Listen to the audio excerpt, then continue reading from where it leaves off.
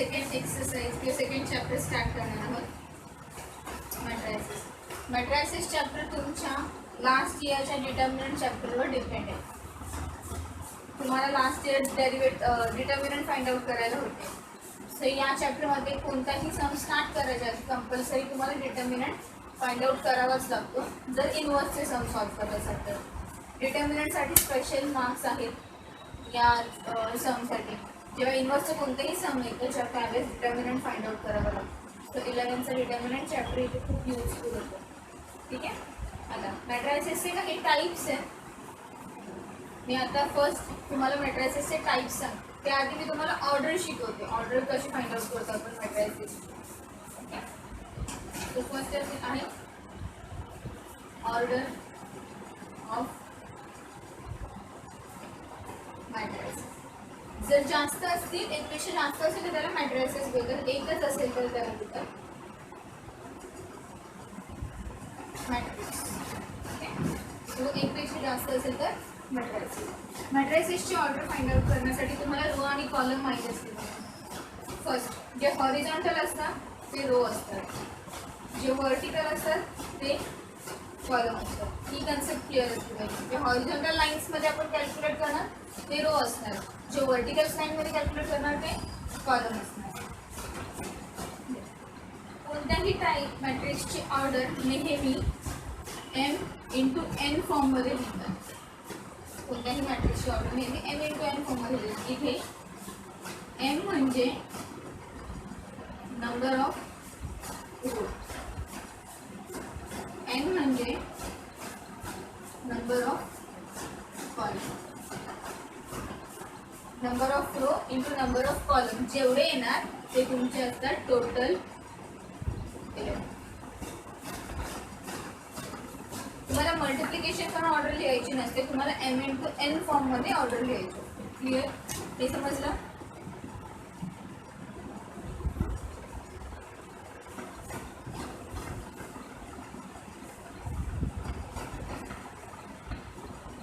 So तुम्हाला question या टाईपचा असतो. Straight order of matrix. So first ह्या मॅट्रिक्स दिला 1 2 3 4 5 6. तुम्हाला याची ऑर्डर लिहायची. ऑर्डर नेहमी मॅट्रिक्सच्या डाऊनला लिहा. ओके. आन्सर येणार ऑर्डर किंवा तुम्ही या फॉर्ममध्ये पण लिहू शकता 1 2 3 4 5 6. किती रो आहे? हा फर्स्ट रो, हा सेकंड रो, हा R1 row first row second. किती कॉलम आहेत? हा C1, हा C2 आणि हा C3. First column, second column, third column म्हणून मी C1 C2 C3 नावं दिले. फर्स्ट रो सेकंड रो म्हणून मी काय दिले R1 R2 नावं दिले. ओके. सो किती रो आहेत टोटल? 2. किती कॉलम आहेत? 3. सो याची ऑर्डर होते 2 इंटू 3. तुम्ही या फॉर्ममध्ये पण लिहू शकता. क्लिअर? ऑर्डर नेहमी मॅट्रिक्सच्या खाली लिहायची असते. नेहमी फर्स्ट रोज लिहायचं आणि देन कॉलम कन्वर्ट लिहायचं. उलटे करायचे नाही.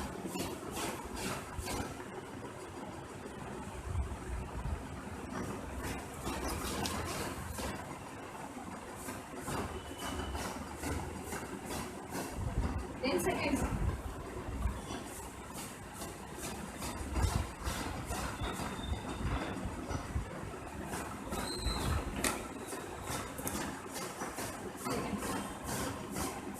A B C D E.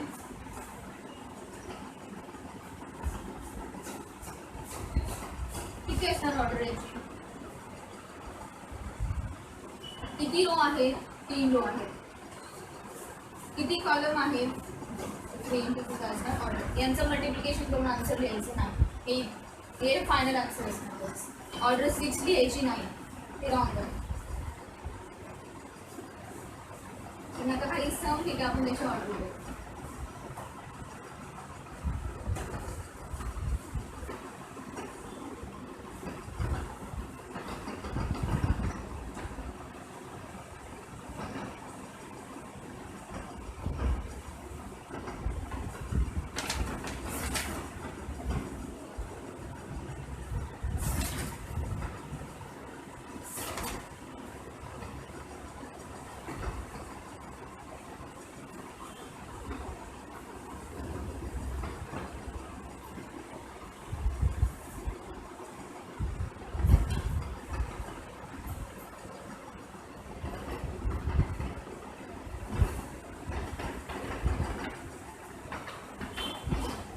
इथे 6 सम आहे. अजून सॉल्व करू.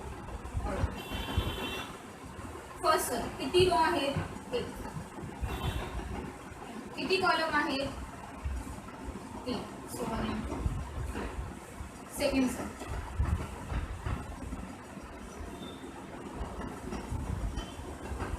किती रो आहेत? 1 रो. किती कॉलम आहेत? 1. थर्ड वन किती रो आहेत? 3 रो. किती कॉलम आहे?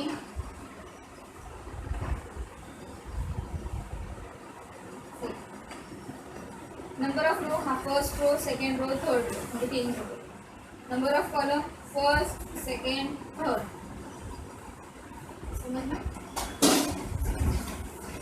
इथे किती नंबर ऑफ रोज आहे? नंबर ऑफ कॉलम हे पण 2 आणि last number of row 3. Number of column. So हे ऑर्डर तुम्हाला फाइंड आउट करायला 1 मार्क्स लागतात. तुम्हाला कोणत्याही सम दिले असेल त्याची ऑर्डर फाइंड आउट करायची. ऑर्डर खूप इम्पॉर्टंट रोल प्ले करते पूर्ण मॅट्रायसेसमध्ये. बरेचसे सम यावर डिपेंड असतात की जशी ऑर्डर आहे त्यानुसार ते सम सॉल्व्ह केले जातात. ऑर्डरवर डिपेंडेड सम खूप आहे.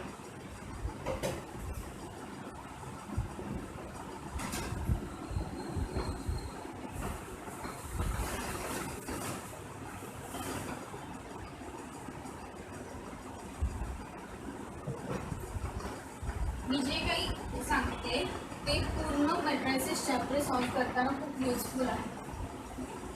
तर मी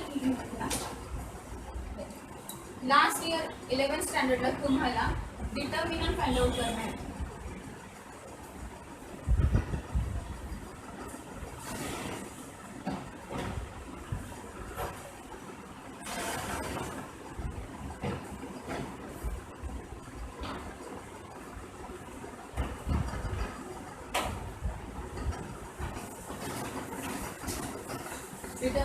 डिटर्मिनंट ही कन्सेप्ट खूप जास्त इम्पॉर्टंट आहे मॅट्रायसेस चॅप्टरसाठी. म्हणून त्याचा हाफ पोर्शन तुम्हाला 11th स्टँडर्ड होता आणि हाफ 12th स्टँडर्ड.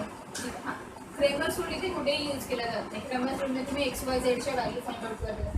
तो रूल नाही, पण हा पार्ट जो डिटर्मिनंट हा पार्ट आहे तो खूप जास्त इम्पॉर्टंट आहे पूर्ण मॅट्रायसेस चॅप्टरसाठी. टोटल या चॅप्टरमध्ये 5 एक्सरसाइज. सो डिटर्मिनंट कोणत्याही डिटर्मिनंट या फॉर्ममध्ये दाखवले. डिफरन्स काय मॅट्रायसेसमध्ये? मॅट्रायसेस स्क्वेअर ब्रॅकेटमध्ये इंडिकेट केला जातो. हा आहे मॅट्रायसेस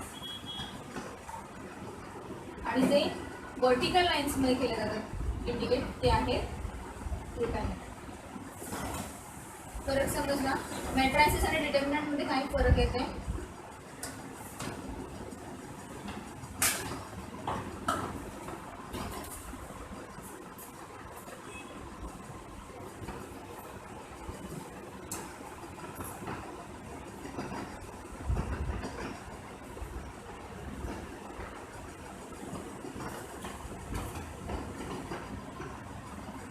ऑलरेडी तुम्हाला हे झाले, पण मी एकदा पुन्हा रिवाइज करून देते डिटर्मिनंट कसा फाइंड आउट करतो आपण ते.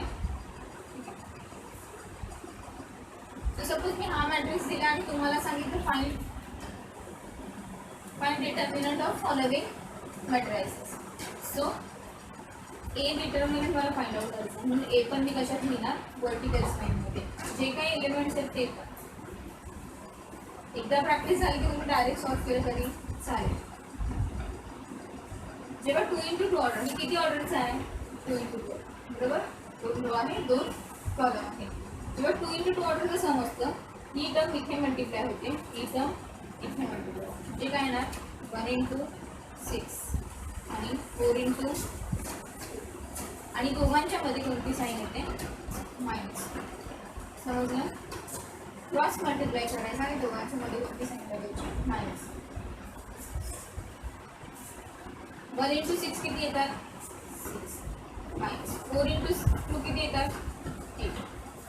6 minus 8 आन्सर किती? मायनस. सो हा झाला त्याचा मॅट्रिक्सचा डिटर्मिनंट. ठीक आहे. सो तो सेकंड सम आहे.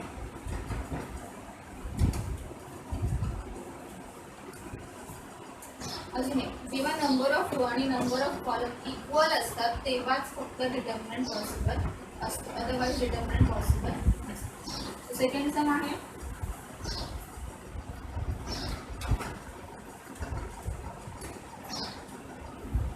मला बीचा डिटर्मिनंट फाइंड आउट करायचा आहे.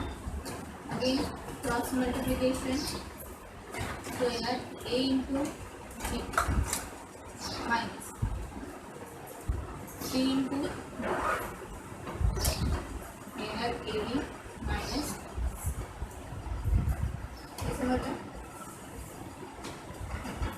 हे झाले 2 into 2 ऑर्डर. 2 into 2 ऑर्डरचं क्वालिटी सिम्पलर आहे. सपोज थर्ड सम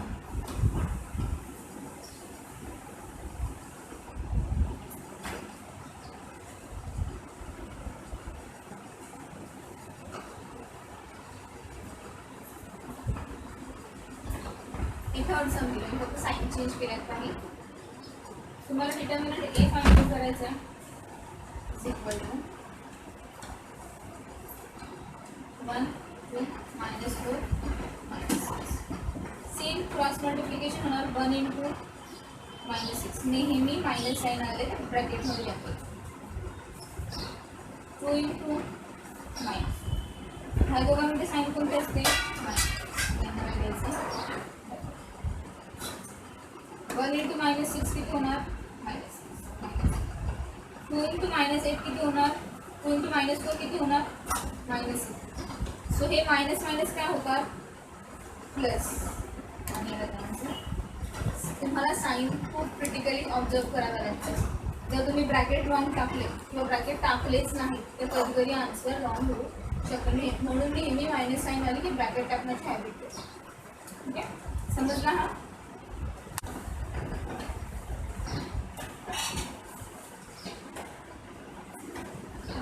किती नंबर ऑफ रो आहे? 3. किती नंबर ऑफ कॉलम आहे? 3. हे कोणत्या ऑर्डरचं सम आहे? 3 इंटू हे समजलं. मला डिटर्मिनंट फाइंड आउट करायचं.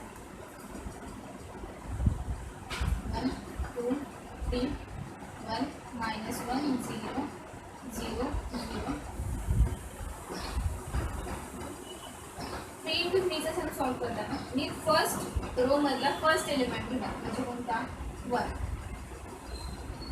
तो रो आणि तो कॉलम हाईड करून राहिलेले एलिमेंट मी डिटर्मिनंट मध्ये लिहिला. कोणता रो हाईड होणार? फर्स्ट रो होणार आणि फर्स्ट कॉलम हाईड होणार. राहणार किती? -1 0 0 आणि मी हा आणि हा हाईड केला तर ह्या 4 टर्म्स होतात. बरोबर. सेकंड टर्म घ्यायची. Second row second column hide करायचं. जे एलिमेंट राहणार ते मी डिटर्मिनंट मध्ये लिहिणार. मी second row sorry first row second element hide केला. कोणते राहिले? 1 0 0 1 0 0. देन थर्ड एलिमेंट घ्यायचं. First row third element third column hide केला. किती राहिले? 1 -1 0 0. तर मी हे दोन हाईड केले. काय राहिले? 1 -1 0 0. 1 -1 0. आता राहिलं मधल्या साईन. फर्स्टची साईन जी त्याच नंबरची साईन आहे, त्यानंतर सेकंडची साईन देताना जर जी साईन इथे आहे त्याच्या अपोजिट साईन इथे. इथे +2 आहे तर इथे काय येणार? -2. इथे -2 असतील तर इथे काय येतात? +2. Second position. Third position again same. हे अल्टरनेट असते पोझिशन साईन चेंज करणं. जर फोर्थ पोझिशन असेल तर त्याची अगेन साईन चेंज होते. जर फिफ्थ असेल तर सेम. सिक्स्थ असेल तर साईन चेंज होते. सो मिडल पोझिशनची साईन चेंज होते नेहमी.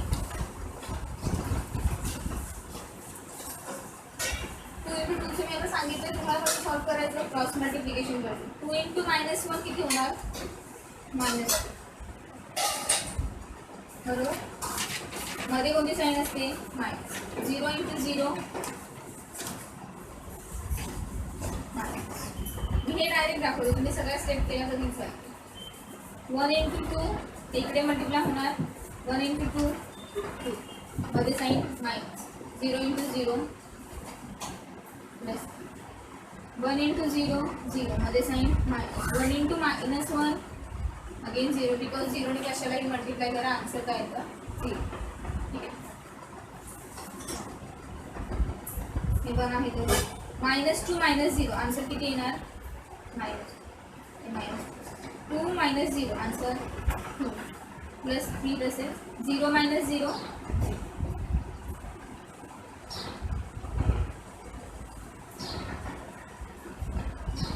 1 into minus 2 minus 2 into 2 किती होणार minus 4 3 into 0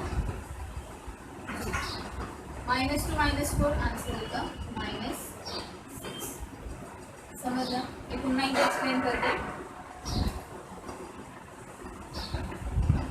3 to 3 चा डिटर्मिनंट फाइंड आउट करताना मी फर्स्ट नंबर लिहिला तो रो आणि तो कॉलम हाईड करून राहिलेले एलिमेंट डिटर्मिनंट म्हणजे हा रो आणि हा कॉलम हाईड केला -1 0 0 आणि 1 सेकंड एलिमेंट लिहिला तो रो तो कॉलम हाईड केला कोणते राहिले मी हा रो आणि हा कॉलम हाईड केला कोणता राहणार 1 0 0 1 थर्ड एलिमेंट लिहिला अगेन तो रो तो कॉलम हाईड केला काय राहणार 1 -1 0 0 2 into 2 ऑर्डरचा डिटर्मिनंट मी आत्ताच शिकवले आपण काय करतो क्रॉस मल्टिप्लिकेशन करतो आणि मध्ये कोणतं साइन देतो मायनसचा सो 2 into -1 2 into -1 -2 0 into 0 0 मध्ये साइन कोणता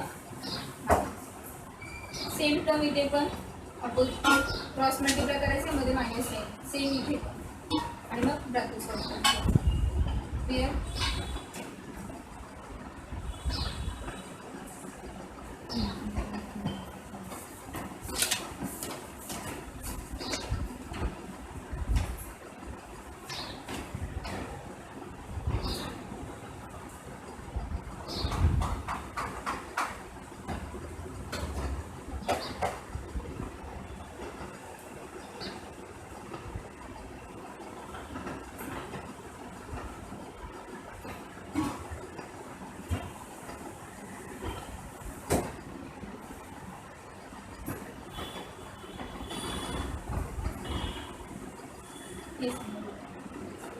ठीक है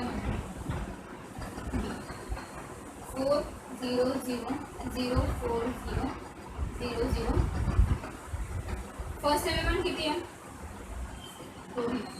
तो रो आणि तो कॉलम हाईड करून जे राहणार ते आपण डिटर्मिनंट करू मी फर्स्ट रो आणि फर्स्ट कॉलम हाईड केला कोणते राहिले 4 0 0 बरोबर 4 0 0 मिडल टर्मची जी साइन असते त्याच्या अपोजिट साइन घ्यायची मिडल टर्मला कोणती साइन आहे काहीच नाही म्हणजे आपण प्लस कन्सिडर करू शकतो सो त्याच्या अपोजिट काय असणार मायनस ठीक आहे तो रो आणि तो कॉलम हाईड करायचा आणि राहिलेले एलिमेंट घ्यायचे त्याच्यात हा रो आणि हा कॉलम हाईड केला तर काय राहणार 0 0 0 0 0 0 त्यानंतर थर्डची साइन आहे तशी थर्ड प्लस साइन आहे म्हणून मी प्लस देते तो रो तो कॉलम हाईड केला काय राहिले 0 4 0 ठीक आहे आता 2 into 2 जसं आपण सॉल्व करतो तसं सॉल्व करायचं 4 4 जा 16 minus 0 ये पण क्रॉस मल्टिप्लाय होणार 0 into 4 0 minus 0 into 0 0 plus 0 0 into 0 0 okay 4 into 16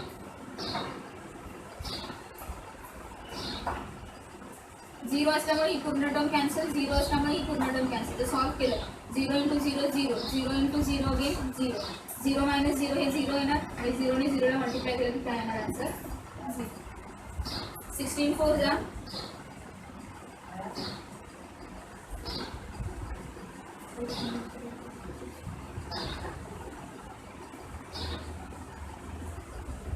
समजलं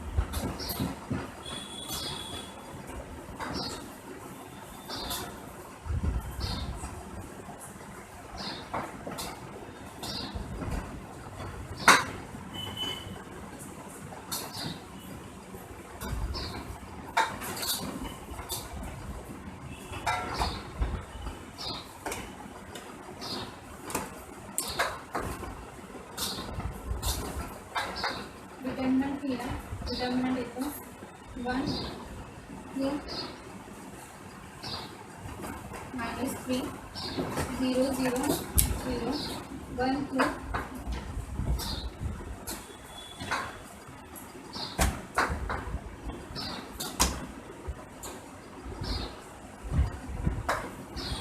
तुम्ही फर्स्ट एलिमेंट लिहिणार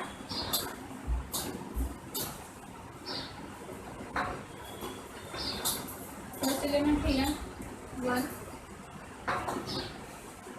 तो रो आणि तो कॉलम हाईड करा first row first column hide केला कोणते राहिले 0 0 2 आणि